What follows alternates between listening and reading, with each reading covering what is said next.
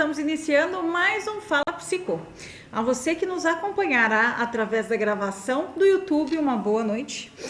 E nós estamos começando aqui com o tema Burnout Familiar em Famílias Atípicas. E a nossa convidada de hoje é a psicóloga Priscila Lorenzini. Muito obrigada, Priscila, pela sua participação. Obrigada pelo convite, é um prazer estar aqui de novo. Priscila, essa questão do burnout, esse é o mês do trabalho, né? Dia 1º foi o dia do trabalhador, e a gente fala muito sobre a questão do burnout no ambiente de trabalho, mas a gente sabe que existem outras atividades que também contribuem para o adoecimento das pessoas, né? E a gente observa o ambiente familiar de famílias atípicas adoecendo também em decorrência das demandas, em decorrência da carga, né, que eles recebem de responsabilidades em relação ao cuidado, à rotina das crianças. E eu acredito que você, pela tua experiência, pela tua bagagem, né, tem muita contribuição, né, para nos oferecer nessa noite de hoje, as famílias atípicas que nos acompanham, aos familiares, as pessoas que também têm convívio e conhecem esse público. Obrigada por ter aceito, né, participar dessa noite com essa temática. Eu que agradeço o convite, é um tema muito importante porque a gente acostuma a não ver o trabalho em casa como trabalho. E esse trabalho em casa, quando a gente tem pessoas atípicas em casa, ele é dobrado. Porque além das questões normais que uma casa demanda, que uma criança demanda, você tem as questões ali que o adoecimento traz. Então, uma criança ou até um adulto que é mais dependente, que precisa de alguém que acompanhe o banheiro, que dê banho. Então, não é além daquilo que todo mundo já faz, tem outras funções. E eu sempre falo, quando os pais eles têm um filho, eles sabem que aquela fase vai passar. Então, meu filho está numa fase difícil, mas vai passar. Quando essa criança ela é neurotípica, muitas vezes ele sabe que a fase não vai passar, que aquilo vai ser para sempre, a criança vai precisar daquele nível de suporte. E essa falta de perspectiva, de ver um final, né, para voltar para uma coisa mais próxima da normalidade, também contribui muito para esse esgotamento. Priscila, até para contextualizar, né, o pessoal às vezes tem dúvida o que é burnout, não é um nome tão... como é que eu posso falar, né? É um nome atual, não é tão atual, porque a gente já fala de burnout há algum tempo, mas dentro desse contexto é novo, né? O que é esse burnout familiar e por que ele é tão frequente entre famílias atípicas? Essa questão do burnout é isso, né? É uma questão que está ligada ao trabalho, mas não é só o trabalho fora de casa, esse trabalho dentro de casa também, que muitas vezes é um trabalho exaustivo, porque é uma criança que ela não é neurotípica, muitas vezes ela tem questões de medicação, com horário de medicações, comportamentos mais desafiadores, questões de higiene, tudo que é muito mais intenso e que precisa de muito mais atenção, de muito mais cuidado, e isso acaba sobrecarregando os cuidadores, né? O que acontece? No trabalho, você ainda tira férias, você ainda, às vezes, tem uma perspectiva de mudar de trabalho. Esse trabalho que ele é dentro de casa, ele não tem isso, né? Não tem férias, não tem... Então, ainda mais quando você tem uma criança atípica, às vezes é difícil ter uma rede de apoio. Às vezes as pessoas não querem ficar com a criança, ou quando ficam é por poucas horas. Então, os pais se veem sozinhos, né? Principalmente as mães, que em muitos casos já não tem o pai ali presente, né? Então, essas mães que se veem sozinhas nesse papel de cuidar. É muito comum esse sentimento até de abandono das mães, porque em muitas, né, o que a gente observa dentro da literatura é que em muitos casos existe a separação por conta das demandas. Às vezes o parceiro ele não dá conta de tanta demanda advinda, né, dessa condição, e às vezes a mulher ela tem que lidar com isso sozinha. É porque é aquilo que a gente fala, a mulher quando ela engravida, a vida dela muda, a vida do homem não muda. Então, ela muda tudo, muda o corpo, muda a cabeça, muda as prioridades, muda tudo. E a do marido, não dá pra dizer se não muda. Se ele for um cara esforçado, dedicado, companheiro, vai mudar um pouquinho, mas nada em comparação ao que muda na vida da mulher. Mas quando a criança ela é neurotípica, ela vai alcançando ali os marcos de independência no desenvolvimento, e essa mãe também vai conseguindo retomar algumas coisas da vida dela. Quando a criança traz questões, quanto mais graves foram essas questões, mais difícil é dessa mulher retomar a vida dela, né? Então, muitas vezes ela acaba vivendo em função dessa criança, dos horários da criança, das terapias da criança, e ela acaba mesmo se esquecendo, não porque ela queira, mas porque naquele momento ela tem alguém que precisa muito dela. E nesse ponto, às vezes os homens não conseguem, os pais não conseguem, né, compreender isso e participar disso de forma mais ativa, acabam escolhendo ir embora, né? Existem situações onde a mulher, ela às vezes tem que abrir mão até do trabalho para ela ficar, né, em função de atender as demandas dessa criança em casa. Sim, do trabalho, das horas de sono, porque tem crianças que já são grandinhas, 4, 5, 8 anos, que não fazem uma noite de sono contínua. Eu já atendi casos em que a criança precisava ser broncoaspirada 3, 4 vezes por noite, então a mãe tinha que acordar, ir lá, fazer aspiração do pulmão da criança. Então não tem uma qualidade de vida, né? Porque não dorme direito, tá sempre cansada, sempre nessa demanda. E aí tem maridos que são muito companheiros e que abraçam essa causa junto, mas tem alguns que não conseguem, né? E existe diferença entre o cansaço comum, né, o estresse parental e o burnout familiar, Priscila?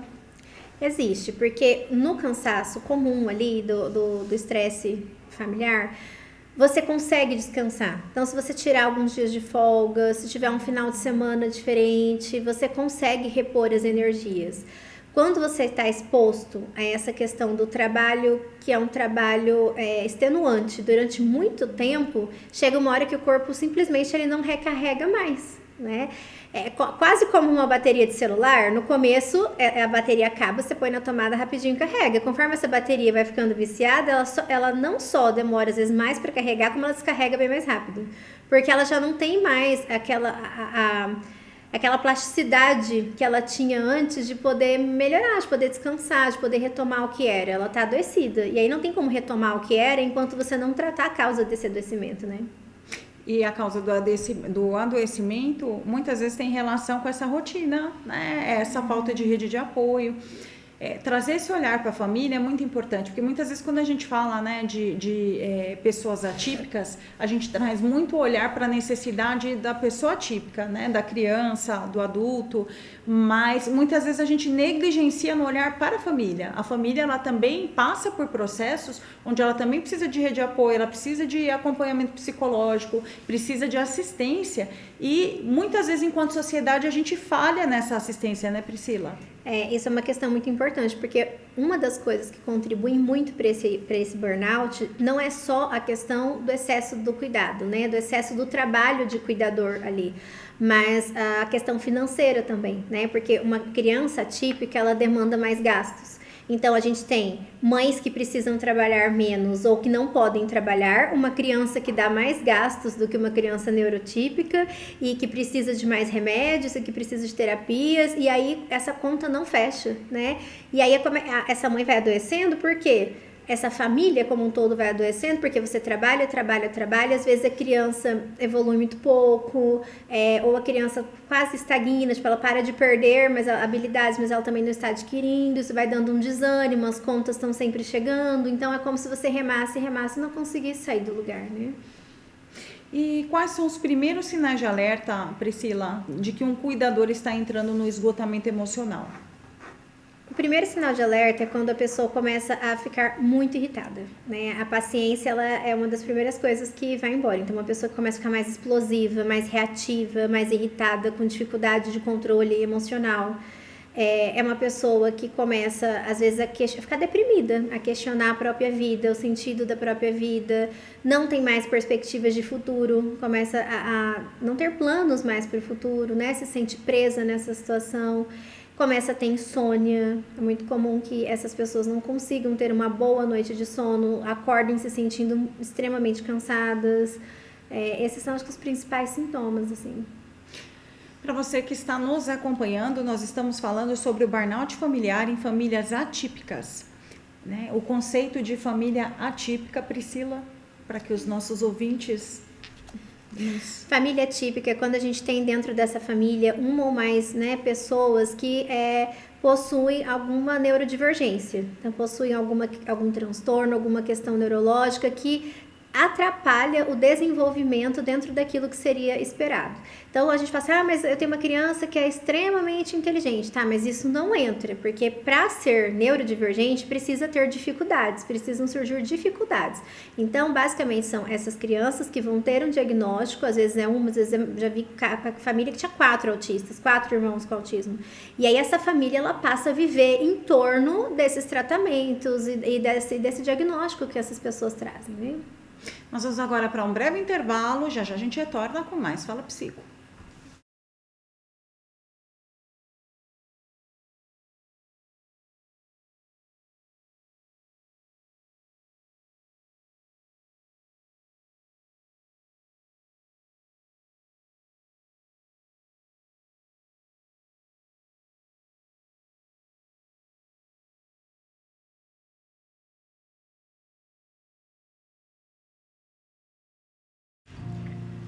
De volta com Fala Psico, para você que nos acompanha através do YouTube e através da Rádio Cultura. Nosso tema de hoje é burnout familiar em famílias atípicas.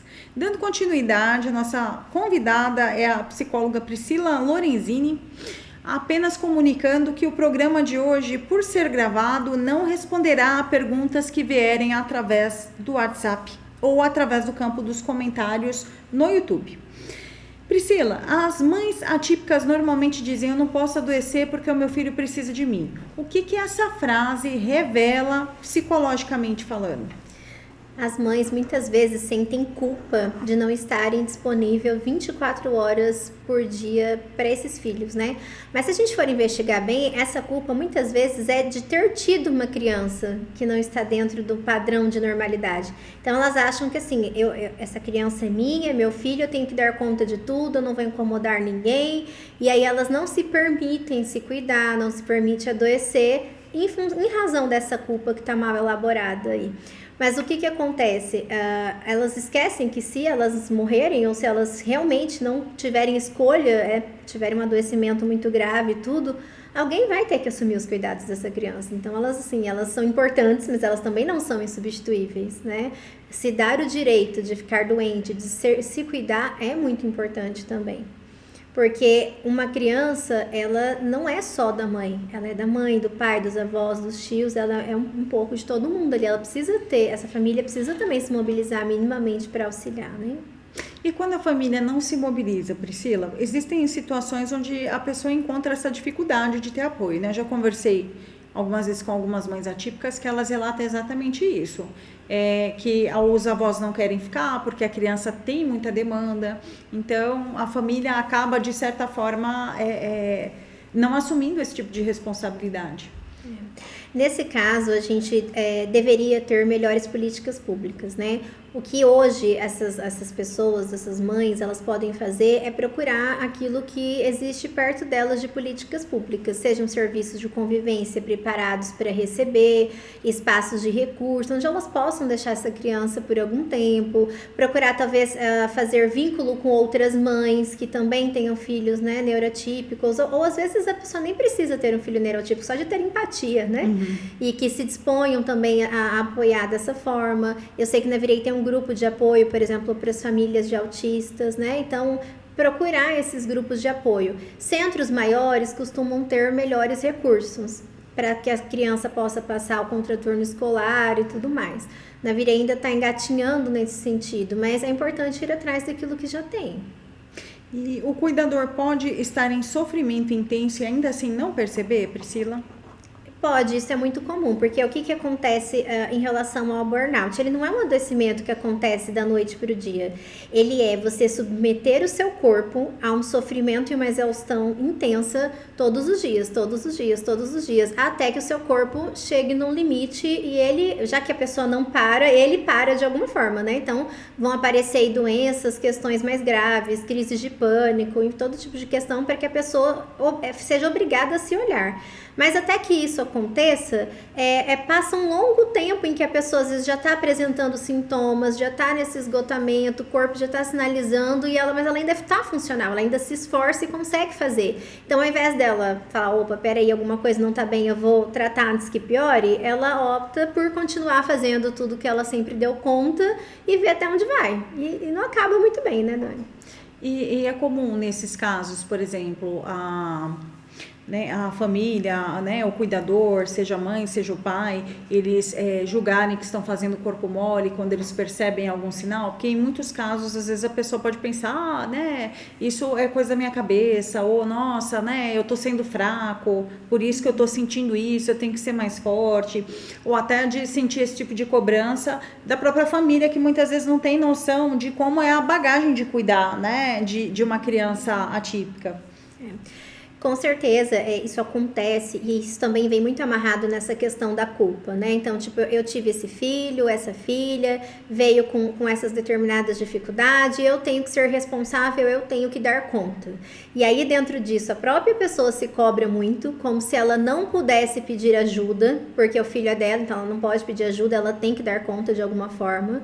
Mas também, às vezes, da família que não sabe, né? Porque quando a família não convive, não está próxima, ela não sabe o quão cansativo é. Então, você tem até uma criança, por exemplo, que tem uma dupla excepcionalidade, né? Então, a criança tem lá um alto QI, mas ela também tem TDAH associado. Então, uma criança muito questionadora, que não aceita as regras com tanta facilidade, uma criança bastante agitada, é uma criança muito curiosa. Isso também cansa. Até aquilo que não deveria ser não deveria ser negativo, em alguns momentos acaba sendo, porque a criança desafia o tempo inteiro. E aí, se os pais não pedem ajuda, não tem uma rede de apoio, chega uma hora que eles cansam também. Porque é o tempo inteiro você sendo questionado, o tempo inteiro você tendo que direcionar o outro, o tempo inteiro aquela criança ali que é muito acelerada. Isso também é cansativo, né? E como é que a sobrecarga contínua altera o funcionamento emocional e cognitivo dos pais, Priscila? A gente tem uma questão que o nosso cérebro, se ele for exposto, né, a muita pressão, a muito estresse, a muita insegurança, ele começa a se proteger.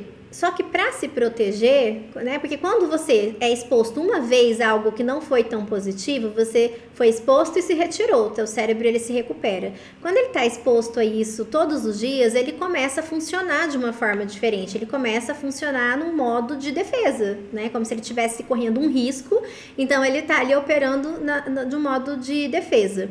Isso faz com que aumente o cortisol, com que se perca a qualidade de sono, atencional. Então, tem várias alterações cognitivas que vêm desse cérebro que está em estado de alerta. Porque a questão da insegurança, né? Essa família que não tem uma segurança financeira, talvez, então está sempre preocupada, como que eu vou pagar o tratamento, como que eu vou comprar o remédio, será que o plano de saúde vai manter esse tratamento, será que meu filho melhora, será que não melhora? Muitas vezes é uma criança que desafia, que agride, e aí você está sempre esperando, você nunca sabe a reação da criança. Então, esses pais que eles estão sempre em alerta, eles têm um alarme de incêndio dentro da cabeça, e esse alarme vai sendo ligado, daqui a pouco o cérebro começa a dar uma desligada nas outras coisas ali, porque esse alarme está ensurdecendo tudo. Então, vai piorando a memória, piorando a atenção, piorando a capacidade de empatia, a questão do sono, as questões de alimentares. Então, a pessoa que vai começar a comer cada vez pior, que vai engordar mais. Então, tem várias coisas que vêm a partir disso. E interessante a sua fala, porque ainda considerando, né, esses exemplos, ainda são famílias que têm algum nível de suporte, né, que seja de um plano de saúde. Mas a gente sabe que existem famílias que nem isso têm, né, e elas dependem, né, do Sistema Único de Saúde, que muitas vezes não abraçam essa demanda, não tem profissionais para realizar os atendimentos, as intervenções que são necessárias. Isso acaba demandando ainda mais a família, né, Priscila? E aí a gente tem uma coisa que é muito pouco falada, mas que é sobre o índice de suicídio em famílias atípicas, né? Pessoas que chegam mesmo no extremo e acabam, né, os cuidadores às vezes tirando a própria vida porque não aguentam mais aquela rotina. Eu lembro de um caso que eu atendi há muito tempo atrás, ainda no meu estágio na faculdade, e que a mãe trouxe o menino, ele já tinha 20 e poucos anos, e ela era a única cuidadora, e às vezes ele chegava a ficar 3, 4 dias sem dormir. E ela trouxe ele, ela começou a chorar, ela falou, eu quero morrer, faz 3 dias que eu não durmo. E assim, ela desabou a chorar. Daí eu organizei com toda a equipe, porque ele tinha ali na nossa clínica, ele tinha fisioterapia, terapia ocupacional, terapia comigo. Então, assim, falei pra ela, fica tranquila, vai dormir. Arrumei uma salinha, coloquei ela pra dormir. Falei, eu te acordo no final da manhã. E aí peguei ele, fui acompanhando ele em todas as, né, entregando para outro profissional, explicando a situação. A gente conseguiu fazer isso e no final da manhã ela já acordou mais tranquila. O pensamento dela já era, não é bem morrer que eu quero descansar, né? Porque é o nível de exaustão. Imagina, você ficar sem dormir é uma tortura, né? Isso é literalmente utilizado para torturar soldados em guerra e tudo. Você não permitir que a pessoa durma. Imagina uma mãe que passa 3, 4 noites sem dormir com um filho perambulando pela casa, tentando sair, derrubando coisa, quebrando coisa, gritando. Chega uma hora que o cérebro não aguenta. E dentro dessa própria condição que você, né, está exemplificando, existe a condição, né, do olhar, muitas vezes, até das políticas públicas e das intervenções serem muito focadas em crianças, mas a gente não tem nada muito estruturado para os adultos, né? Se há uma família que tem condições financeiras, ainda consegue pagar um cuidador, né, para intercalar, para você ter ali uma jornada, né, onde você divide algumas responsabilidades.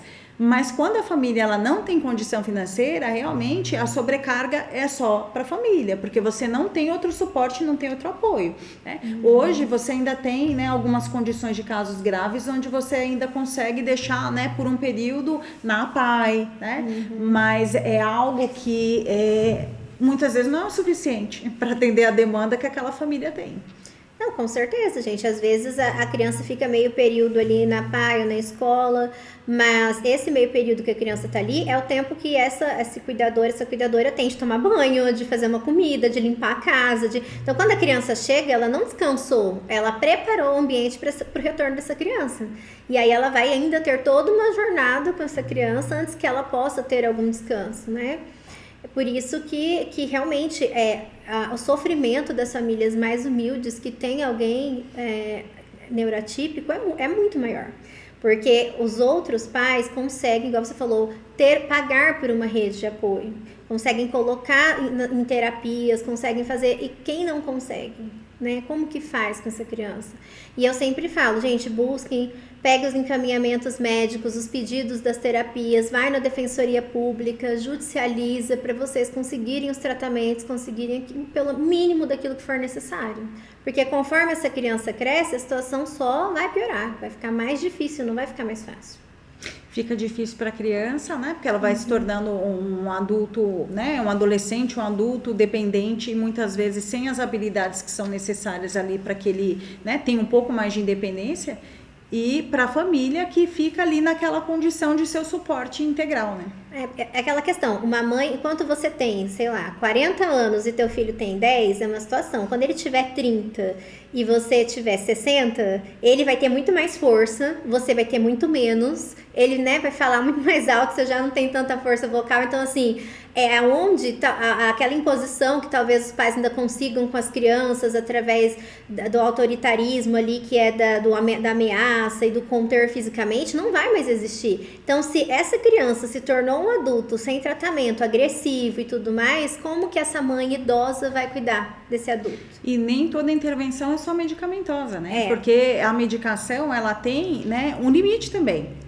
Porque tem situações que a pessoa chega num nível de agressividade tão grande que assim, você vai fazer o quê? Você vai dopar a pessoa para ela não se movimentar, né? Não é assim que funciona. Então, realmente, você tem que oferecer condições para que exista o tratamento adequado, né? No período correto para que minimize, né, os prejuízos futuros, de alguma forma. E assim, olha, é fantástico, porque claro, acho que o remédio precisa ser utilizado, há situações em que ele é muito necessário, mas eu já vi casos de crianças que fizeram o acompanhamento em psicoterapia, terapia ocupacional e tudo mais, deixaram de precisar da medicação, mas eu nunca vi uma criança que só usou o remédio e precisou deixar as terapias. Porque o remédio, ele cria condições para que você trabalhe aquele comportamento. Se você criou a condição para trabalhar o comportamento e não trabalhou o comportamento, não adiantou nada, né? Então, é necessário. As terapias, elas não são algo que é uma escolha dispensável. Não, elas precisam acontecer. Nós vamos para mais um breve intervalo e já já a gente retorna com mais Fala Psico.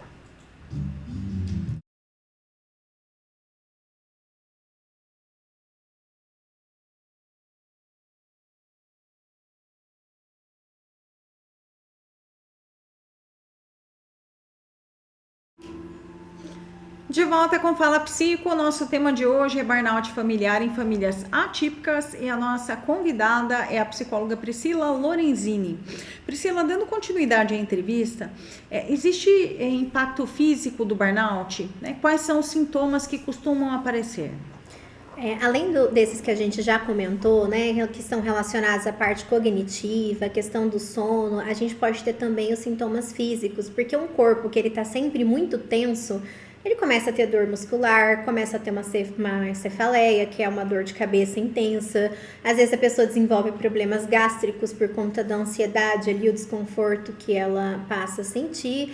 E assim, alergias emocionais. Então, a nossa emoção, ela acha meios de expressar aquilo que é necessário. E é muito criativo o nosso corpo, então podem surgir de muitas formas, mas o mais comum mesmo vão ser as questões gástricas, as cefaleias, as questões de dor muscular, de questões musculares. Agora, falando um pouquinho sobre as questões que a gente até já abordou um pouco, né? Existe algum tipo de pressão social para que as mães atípicas sejam fortes o tempo todo? Sim. Nós estamos hoje numa sociedade que é muito individualista, né? Então fica uma coisa da sociedade individualizar o problema. Então, assim, o filho é seu, o problema é seu. Por que que eu tenho que aguentar o seu filho que tem problema, né? A sociedade, de um modo geral, é claro que há muitas exceções, mas de um modo geral pensam dessa forma. E aí quando a gente vê, por exemplo, uma mãe atípica no mercado e a criança tá chorando, a criança tá fazendo uma birra, as pessoas se incomodam com aquilo e ficam olhando feio para essa mãe, né? Tipo, por que essa mãe tá com essa criança? Por que trouxe essa criança aqui? Que não era lugar para essa criança, né? Tem gente que chega a verbalizar coisas nesse sentido e culpabilizando essa mãe. Mas o que se espera? Que essa mãe fique trancada, enjaulada dentro de casa com a criança? A criança também tem o direito de sair, de ver o mundo. E é claro que ela pode se desorganizar, mas faz parte. Tem um menino que eu acompanho no Instagram, que eu gosto muito, que é Pedro, o nome dele, ele é autista. E ele é apaixonado pelo Michael Jackson. E aí saiu o filme, a mãe dele levou ele no cinema, e no meio do filme, ele grita, ele canta as músicas, né? Ele interage ali da forma dele. E é claro que a maioria das pessoas elogiaram essa postura da mãe de levar, mas tinha gente falando, mas se eu tivesse comprado o ingresso pra ver esse filme e esse menino estivesse gritando, ia me incomodar. Porque a gente ainda coloca muito assim, o filho é seu, o problema é seu. Então ninguém quer de fato se envolver e poder ajudar minimamente, porque tolerar, às vezes, um desconforto que essa criança vai causar, já é uma forma de ajudar. Se você for capaz de respirar fundo e tolerar um pouco ali que essa criança está chorando, está gritando num lugar público, tudo já é uma grande ajuda, né? A questão do egoísmo, a sociedade, ela vive num egoísmo profundo, né? Sim. Onde as pessoas, elas querem tirar do outro o direito que as pessoas, né? Que o outro tem de convívio. E isso entra muito na falta de responsabilização, como se realmente o problema fosse do outro, né? Mas as garantias de lei para as pessoas, né, com deficiência, para as pessoas típicas e atípicas, elas são de responsabilidade da sociedade. Então, a sociedade, ela tem um papel fundamental em criar condições para que essas pessoas convivam em sociedade, né? Não é a escola que tem que criar a condição para essa criança ser socializada, não é só a equipe médica que tem que criar, que tem que se qualificar e tem que se preparar, né? A sociedade, no geral, precisa se preparar e se sensibilizar, até porque, até falando do autismo em específico, a gente vê um aumento crescente de pessoas com autismo, né? E se a sociedade não se preparar para o atendimento dessa demanda, né? Como é que vai ser? Porque a tendência é que a gente tenha pessoas atípicas na família da gente, né? E que mundo a gente quer preparar para a nossa família no futuro? Porque é sobre isso, né? Então, a insensibilidade hoje, ela vai ter uma consequência no futuro, porque você está ensinando isso para o seu filho. Você está ensinando isso para as outras, né? Para as pessoas do seu convívio. Eles vão seguir o seu exemplo. E como é que vai ser essa sociedade se é uma sociedade focada no individualismo, na falta de empatia, né? na privação de direitos das outras pessoas, o mesmo direito que você tem de né, ao cinema, a outra mãe tem, e a criança, ela tem as limitações e as dificuldades dela, e ok, é um direito que ela tem de estar lá, né? Então, a pessoa que ela não quiser passar por isso, aí não é a pessoa, o atípico que vai ter que deixar de viver em sociedade, é aquela pessoa que não estiver preparada para conviver em sociedade, porque uma pessoa que não está preparada para viver na diversidade, ela não pode sair de casa. Compre o filme do Michael Jackson e assista em casa. Porque conviver é isso, é a gente lidar e aprender, né, a ter não só tolerância, mas é a gente ter respeito e acolhimento pela diversidade. Sim, com certeza. Mas eu falo assim, o mínimo, do muito mínimo, gente, que é tolerar. É não ficar reclamando, não fazer cara feia. É isso. Ah, eu tô extremamente incomodado. Ótimo, guarde para você o seu incômodo. Porque o outro tem o direito de se expressar. E muitas vezes os neurotípicos, em todos os... quase todas as suas manifestações, eles falam mais alto, eles gritam quando eles estão empolgados, eles têm alguns comportamentos que causam estranhamento. Então, assim... não gostei, não me senti bem. Tá, guarde isso pra você. Você não precisa manifestar tudo que não te agrada. Respeito, né? Eu acredito que a palavra-chave é a questão do respeito mesmo. Sim. Ô Priscila, e o ideal de dar conta de tudo pode adoecer uma família? Uma família que quer dar conta? Porque a gente vê que até nesse sentido, às vezes, né, a mãe acaba... sendo agressiva com a criança para querer trazer uma contenção para o comportamento para não gerar incômodo nos outros, porque ela quer resolver a situação, né? Isso pode adoecer? Dar conta de tudo adoece qualquer pessoa, né? Em qualquer contexto. Tentar dar conta de tudo, mas nesses contextos onde muitas das coisas, mais coisas estão fora de controle do que dentro de uma fantasia ali de controle, é muito pior, porque... não adianta, não tá condicionado à mãe, não importa o quão boa mãe ela acha que ela tenha que ser para mudar o comportamento do filho, tudo não vai. A criança é da forma como ela é. E aí, às vezes, piora, porque, por exemplo, se a gente pensa numa criança que tem estereotipia e você fica tentando controlar a estereotipia da criança, a criança não consegue manifestar o que ela tá sentindo através da mãozinha, através de um grito, ela vai achar outros meios, e às vezes esses outros meios são piores. Então, ela pode começar a se bater, a bater em outras pessoas, a fazer outras coisas. Então, acaba sendo pior. Por isso que uma família típica, ela precisa muito de acompanhamento. Ela precisa muito... Antes da criança, os pais também precisam desse acompanhamento. Para eles entenderem, primeiro, a criança precisa de limite. Ah, mas meu filho é autista grau 3. Não importa, ele precisa de limite. Porque se ele não tiver limite, ele não vai conseguir conviver minimamente em sociedade. Ele pode conviver em sociedade, só que ele precisa ter limite. Toda criança precisa. E aí tem pais que acabam sendo muito permissivos porque, meu filho tem problema. Não, gente, seu filho tem problema, então ele precisa mais de limite do que os outros. Ele precisa de mais regras, ele precisa de mais dicas visuais, ele precisa de mais constância do que as outras, não menos. Então, acho que esse é o primeiro ponto. E o segundo ponto também é que, às vezes, esses pais acabam querendo abraçar tudo, mas não, sem se cuidar, sem cuidar deles, que é a base. E aí não dá.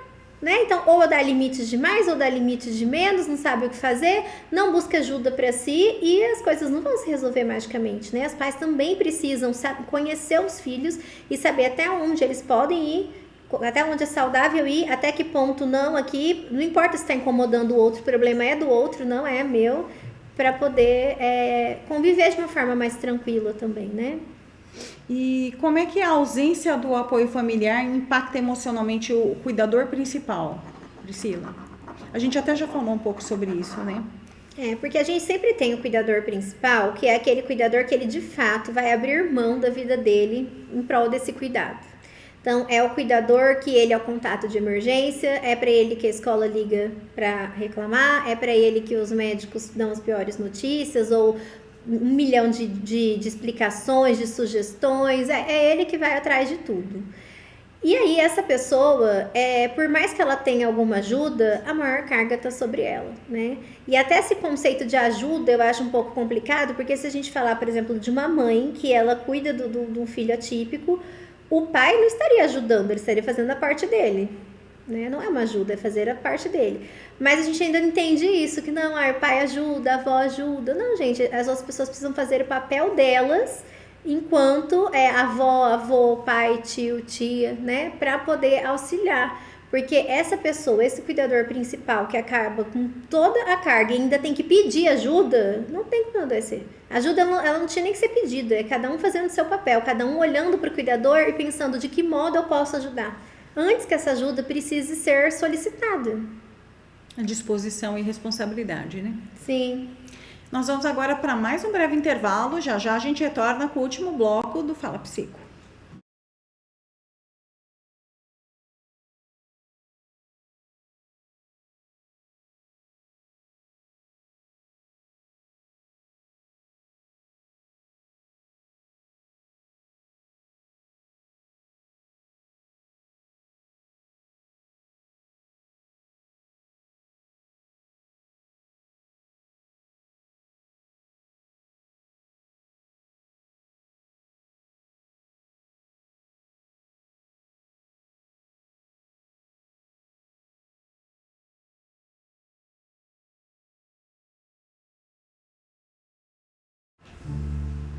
De volta com Fala Psico, estamos no nosso último bloco, finalizando. Priscila, não vai dar tempo de responder tudo, eu vou pegar algumas perguntas que são mais estratégicas aqui para a gente finalizar. Existe algum estudo mostrando o aumento de depressão em mães atípicas?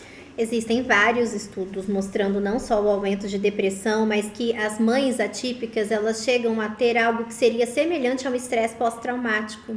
Então, assim, uma pessoa que vai para a guerra, fica muitas horas vivendo naquilo que a gente comentou, que é o cérebro em alerta, o corpo em alerta, sempre tendo alguma coisa para resolver, sempre preocupado. Esse é o estado de uma mãe atípica, né? Principalmente de uma criança que tem cuidados muito específicos, por exemplo, alimentação por sonda, que precisa de aspiração, né, pulmonar, essas coisas. São pessoas que elas não têm descanso, elas não têm um dia para falar, hoje eu não vou seguir uma rotina, hoje eu não estou bem, não tem.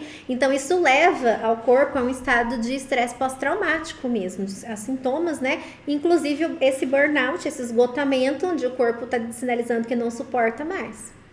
E quais são as estratégias que ajudam a prevenir o adoecimento emocional nos cuidadores, Priscila?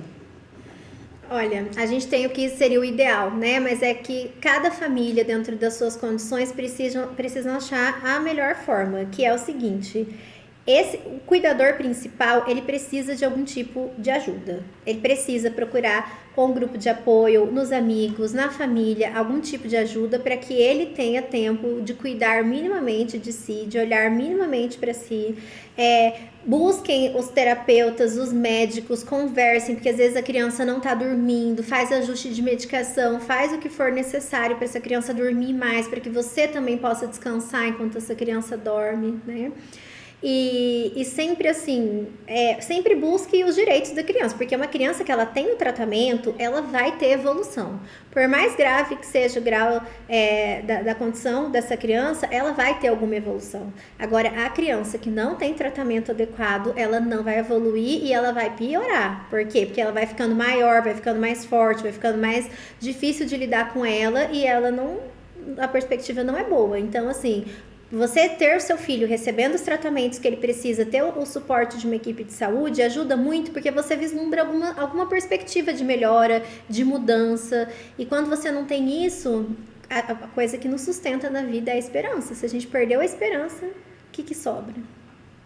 E agora, se você, né, se por acaso tiver alguma mãe ou pai atípico nos ouvindo agora, né, e se sentirem exaustos a partir dessa rotina, a partir de tudo que a gente conversou aqui, que mensagem você deixaria para esses pais?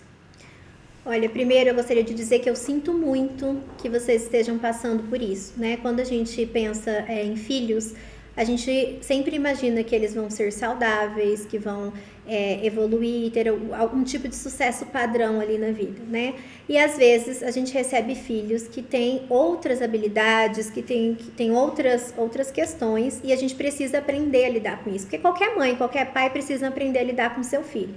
Mas quando a criança é neurotípica, a gente já sabe mais ou menos o que esperar, né? Quando ela não é muito mais difícil. Então, primeiro, eu gostaria de dizer que eu sinto muito, que vocês não estão sozinhos, existem profissionais que são bem treinados, tanto para ajudar vocês, pais, quanto para ajudar as crianças. Procurem por esses profissionais, procurem os direitos de vocês via Defensoria Pública. Não tenham medo, vergonha de pedir ajuda, peçam ajuda para a família de vocês, para as outras pessoas, né? É para isso que a família serve. Se a gente tem uma família que não pode nos ajudar, não pode ajudar o neto, o sobrinho, para que serve essa família? É só para tirar foto nas festas de final de ano e colocar a foto de família feliz? Não, a família ela serve para apoiar, então peça ajuda dessa família também.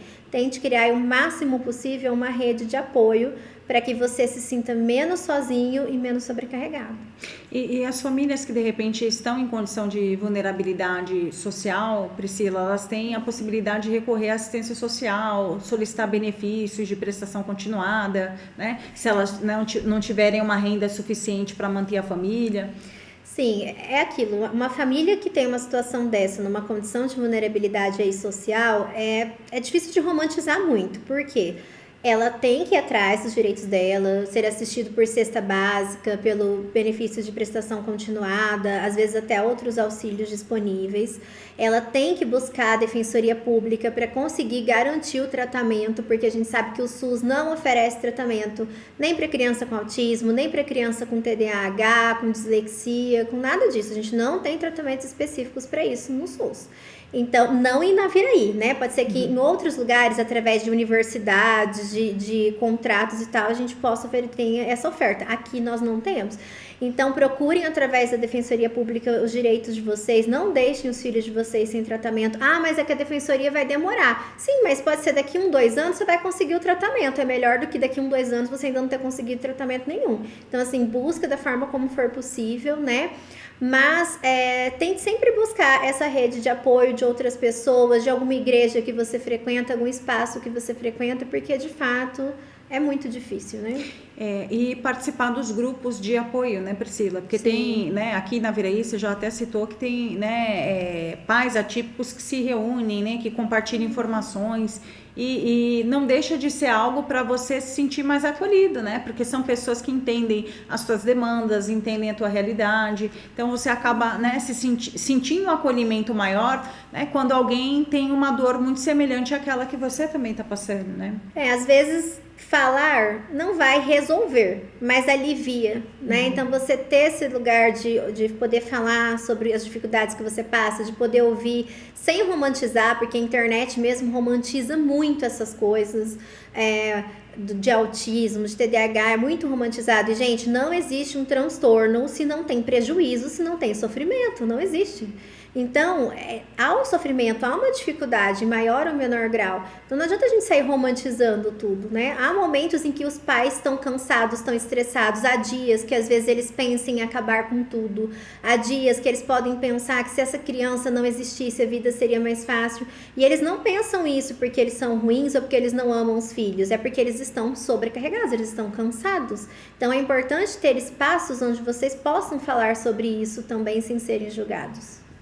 Priscila, mais uma vez eu gostaria muito de agradecer a sua disponibilidade para vir aqui falar desse tema que é tão importante e justamente por conta, né, dessa romantização, muita gente hoje, né, ainda que o nível socioeconômico não seja tão elevado, mas as pessoas têm acesso à internet e muitas vezes elas se sentem incompetentes e incapazes porque elas veem, né, uma pessoa dando conta de cuidar, né, pelo menos é o que a pessoa publica, e a vida dela na realidade não é aquilo, ela não consegue. Inclusive tem até uma mãe atípica que viralizou no Instagram, que é cansada, que não conseguia fazer mais nada, e ela tinha uma cobrança da família, uma cobrança, né, dos vizinhos, foi denunciada por maus tratos, mas na verdade ela estava tentando sobreviver no meio de um caos, né? Então, assim, isso é muito comum. Então, é o acolhimento mesmo, né? Sem comparação, mas buscando os auxílios que são, né, que estão disponíveis. Isso é até uma coisa interessante. Quando vocês vão seguir coisas na internet, ver coisas, tentem ver aquilo que é próximo da realidade de vocês, né? Porque uma coisa é você ver o filho autista do Marcos Mignon. Outra coisa, você vê o filho autista dessa mulher, né? Que ela estava ali sendo acompanhada pelo conselho tutelar, tudo. Ela dizem que eu não tenho higiene, que minha casa é suja. Mas o menino defeca e passa cocô nas paredes. Então, assim, ela tenta manter limpo, mas olha a condição, a gravidade do que tem. E ela não é uma pessoa que tem empregados, que tem intenção, ela tá tentando, né? Então, tentem seguir pessoas que estão mais próximas da realidade de vocês, porque senão fica uma coisa muito distante, você fica se sentindo mal, porque eu não consigo fazer isso, não consigo fazer aquilo, e aí você esquece de valorizar o que você já consegue fazer. E cuidar de um filho já é muito difícil, mas cuidar de um filho atípico é assim 1000 vezes mais. Então, é muita coisa. Mais uma vez, muito obrigada, Priscila, né? Eu te espero mais vezes aqui para participar com a gente. Obrigada, Ferreira e Adam, pelo suporte. A você que nos acompanhou até aqui, muitíssimo obrigada, uma excelente noite e até a próxima quarta-feira.